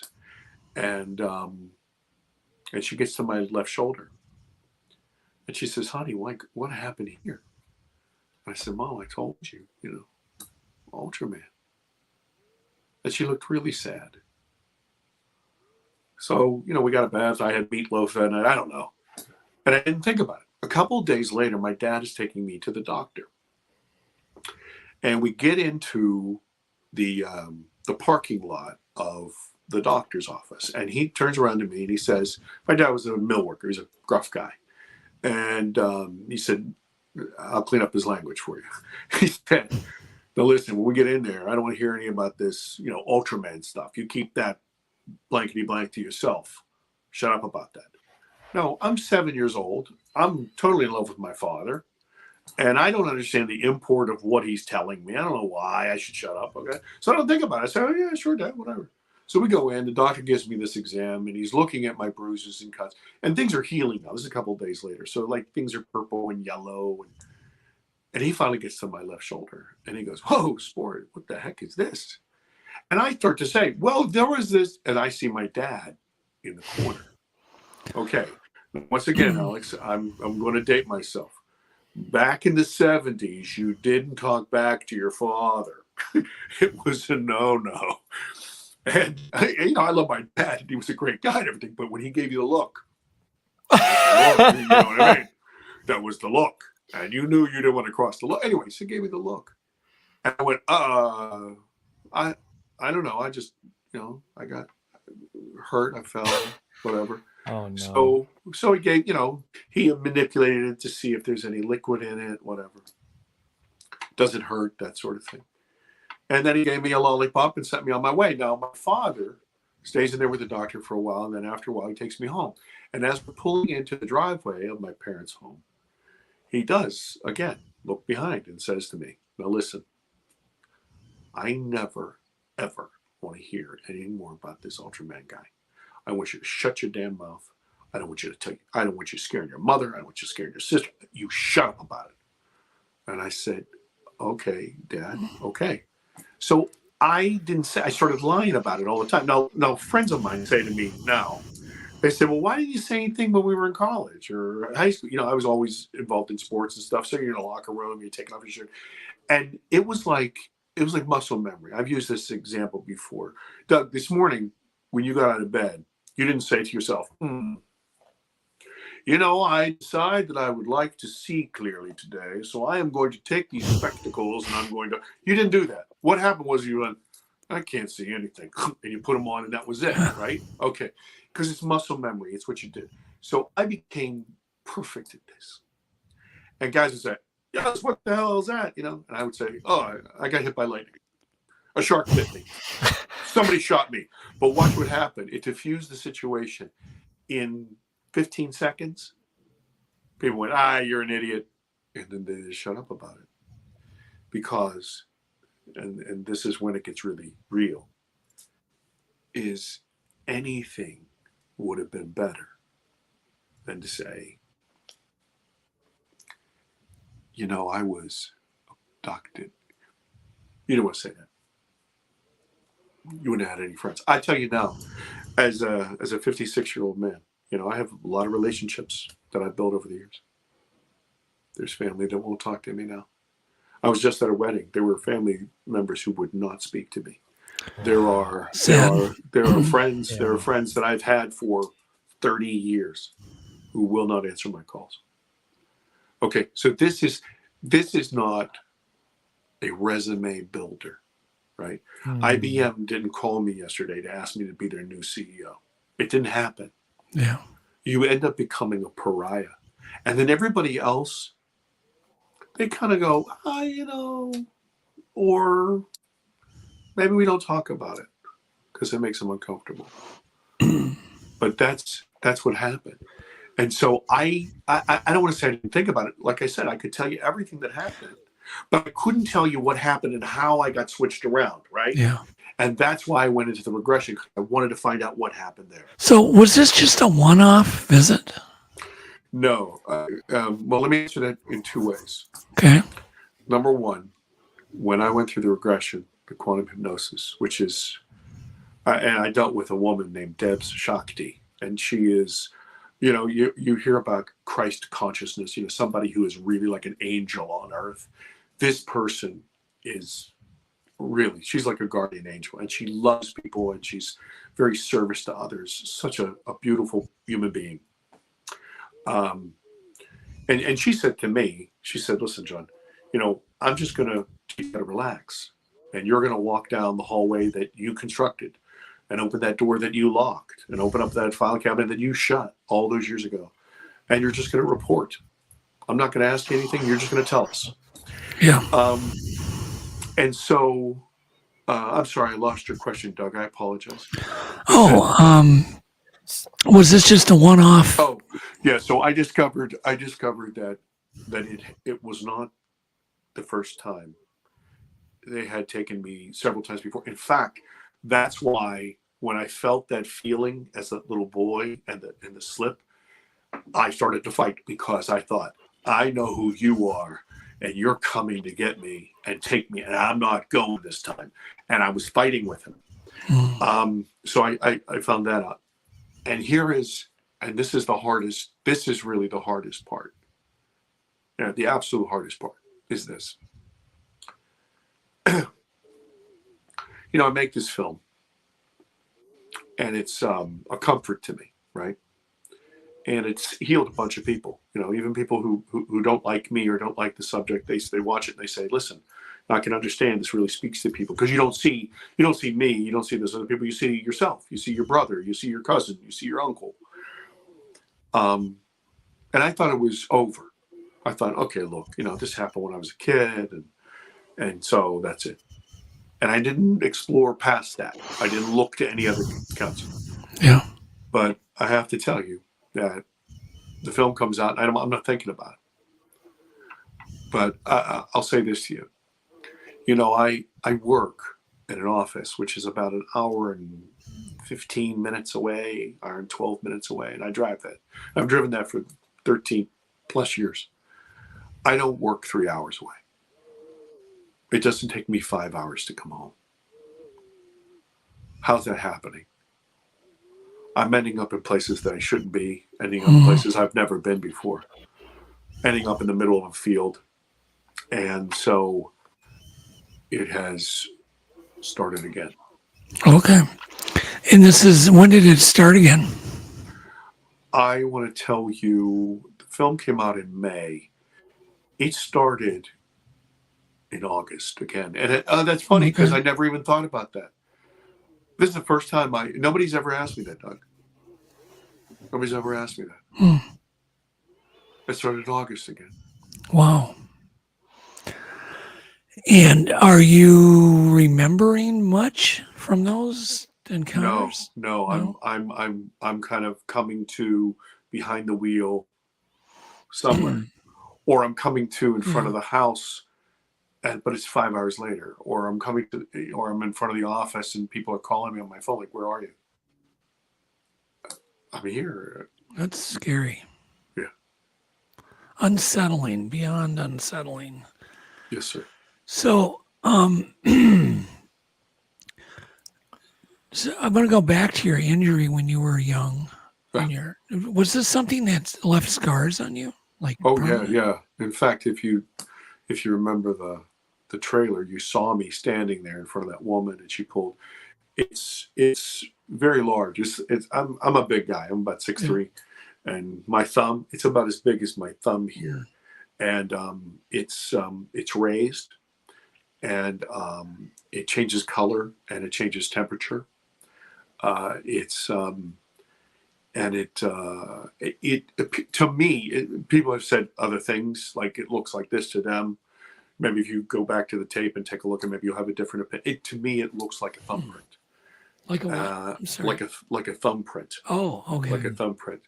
And the closest I've been able to determine is it's some sort of a burn, some sort of energy, a very, very high heat caused that. Okay. Yeah. So I don't know if you're familiar with the term keloid, but keloids are caused keloid by, scar. Yeah. Yeah, keloid scars are caused usually by they're raised. Yeah, very, very high heat. So yes, sir, it's with me today. It's interesting. Is there any pain associated with it? No. There's never pain. There's like I said, there's a heat difference sometimes, and there's a color difference. I'm an Irish kid, so I'm pretty pale. And it might be absolutely scarlet red or purple when I'm, or if I get, some sort of sun or whatever, it might change to yellow, or it'll change, it'll just remain completely opaque. So, if you, here's a question. If you knew what the hell was going on, would you purposely cooperate, or are you resentful that they don't tell you what they're doing and asking your permission? Do you think they're not capable? Do they think you wouldn't understand to give them permission? I mean, which is kind of, what's your thought process? Doug, I'm going to tell you something. You are probably one of the finest interviewers, because you asked me questions that nobody's ever asked me. I would have to say this. I don't know that they specifically care whether or not. It's almost like, when your kids were little and they had to swallow their very first pill, right? Yeah. You know what a pain in the butt that was. You put it in peanut butter. You did everything you could, right, to have. You know what I'm talking about. So I think it's almost like this. Like, this is something that I have to go through. I am resentful, and I have to tell you that I am resentful. And Ray Hernandez talks about people who finally come to terms with it and then invite these encounters. But I'm furious, because if I'm going to be part of something, I want to engage with it. Don't knock me out. Don't flip a switch. So you'd be willing to if they asked? Well, I don't even want to say that, but I mean, I'd like to have the choice. Yeah. I like to have the choice, and see, that is, and I have to tell you, that's the most frightening thing about this. Okay, is your choices are completely bereft. Yeah. Your ego is completely crushed. You think that you're in control of your life, but the truth of the matter is that there's a switch in you that they can now turn on, turn off, and you are nothing. You're a meat sack, and they can do whatever they want. Now, maybe they're doing the greatest thing in the whole world, but who knows, right? Don't do that. Allow me to participate. And then again, maybe I sound like an idiot to them, right? You'd never have your appendix out without anesthesia, right? Maybe they have to do it. And I'm not trying to be an apologist for them. But what I'm saying is, I just don't know. I don't know, and I don't understand. But I would like to. So I'm furious about that. And that's why I'm on this quest to find counts.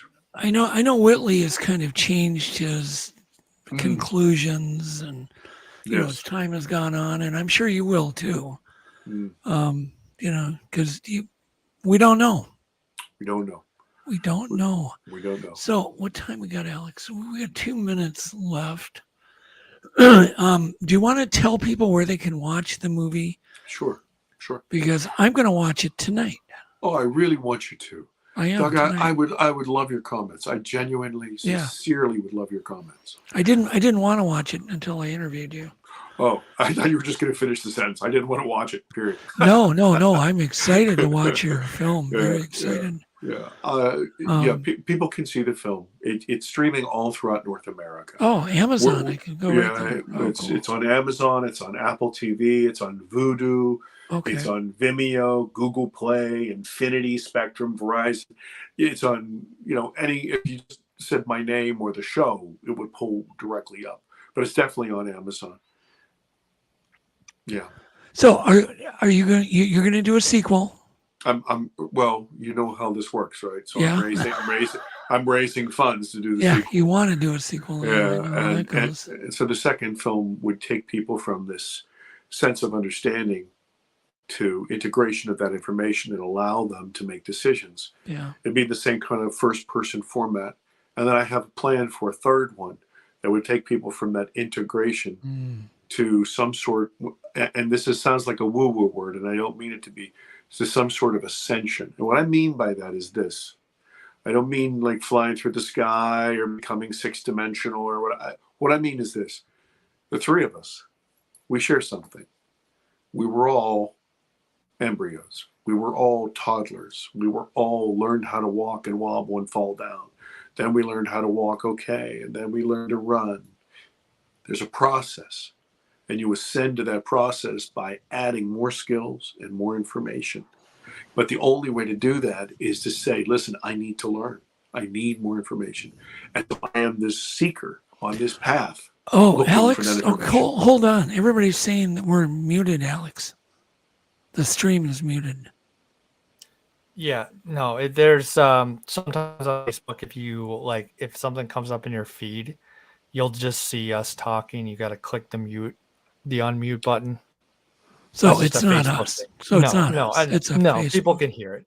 Oh, okay. Yeah. All right, just freak me out for 1 second. Sorry. Yeah, I put a tip in the chat. So. Oh, okay. I've never heard this before. So, I don't even remember what I asked you, John. You were just asking me about where people can see it. And, yeah.